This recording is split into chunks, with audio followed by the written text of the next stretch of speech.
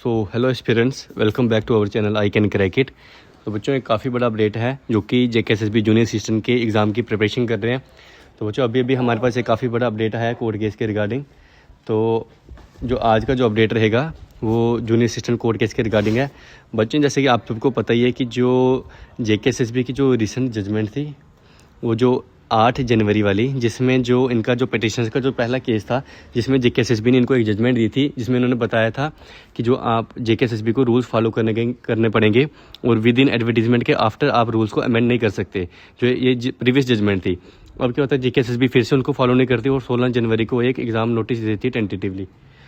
अब जो टेंटेटिवली जो एग्ज़ाम नोटिस देती है, अब जो पिटिशनर थे उसके ऊपर वो कंटेम्प्ट डाल देते हैं। अब कंटेम्प्ट का इट सिंपली मीन्स, कंटेम्प्ट वो चीज़ होती है कि अगर कोर्ट कुछ जजमेंट दे रही है और जो रिस्पोंडेंट है वो चीज़ को फॉलो नहीं कर रहे, तो जो पिटिशनर होते हैं वो फिर से उसको कोर्ट को उस केस को दोबारा से कंटेम्प्ट डाल सकते हैं उसमें। तो इसका मतलब ये था।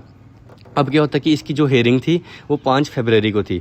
अब 5 फरवरी को इसकी हेयरिंग होती है, तो इसका अभी तक कुछ साइड में कुछ अपडेट नहीं आ रहा था, तो इसके ऊपर मैंने कुछ आपको अपडेट नहीं दिया था।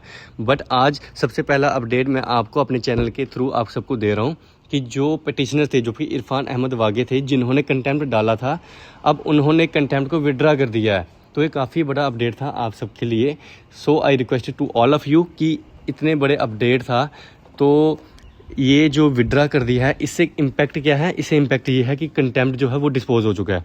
अब कोर्ट ने इसको टोटली डिस्पोज कर दिया हुआ है। अब इससे क्या चीज़ हो सकती है कि आपका जो एग्ज़ाम है वो टाइम पे होगा। तो बच्चों ये काफ़ी बड़ा अपडेट था, मैं आप सबको देना चाहता था। तो इसलिए जैसे ही हमें ये अपडेट मिला, हमने आपको पहुंचा दिया अपने चैनल के थ्रू। तो आप सबसे रिक्वेस्ट है कि आप हमारे चैनल को सब्सक्राइब करना मत भूलना, और भी काफ़ी सारे अपडेट्स आ रहे हैं। तो आफ्टर दैट कि क्या हुआ, जब कंटेम्प्ट इन्होंने डिस्पोज कर दिया, तो अब इसका जो वेबसाइट में भी इन्होंने डिस्पोजल नीचे चाढ़े, डिस्पोज्ड एज विड्रॉन।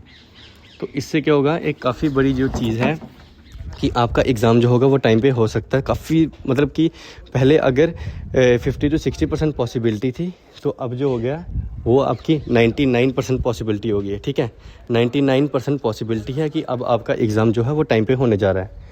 तो ये काफ़ी बड़ा अपडेट था कि मैं अपने चैनल के थ्रू आप सबको देना चाहता था। So I request to all of you again कि हमारे चैनल को सब्सक्राइब करना मत भूलना बच्चों। आप सबके लिए ही हम ये अपडेट्स ला रहे हैं, तो हमारा फ़र्ज़ था कि आपको जल्दी से जल्दी ये अपडेट दें।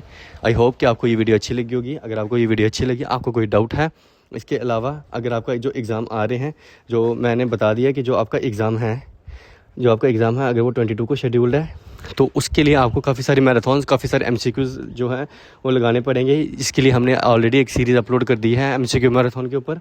अगर आपने अभी तक नहीं देखी तो आप प्लीज़ लगाएं। इंग्लिश के लिए हमने मैम हायर की हुई है, तो she is already selected in FAA। वो आपको इंग्लिश क्लासेस पढ़ा रही हैं। एमसीक्यू मैराथन है 1000 एमसीक्यूज़ की। ठीक है, उसके अलावा आपको जो है JK G&K जो है उसकी क्लासेस आ रही हैं, जो कि 500 MCQs मैराथन है। एक क्लासेस हमने ऑलरेडी अपलोड कर दी है, दूसरी आज अपलोड हो जाएगी। उसके अलावा और भी काफ़ी सारे करंट अफेयर्स की क्लासेस भी जल्दी ही अपलोड हो रही है। सो बच्चों अगर आपको वीडियो अच्छी लगी, सो आप लाइक एंड सब्सक्राइब करना मत भूलना। Thank you, have a nice day.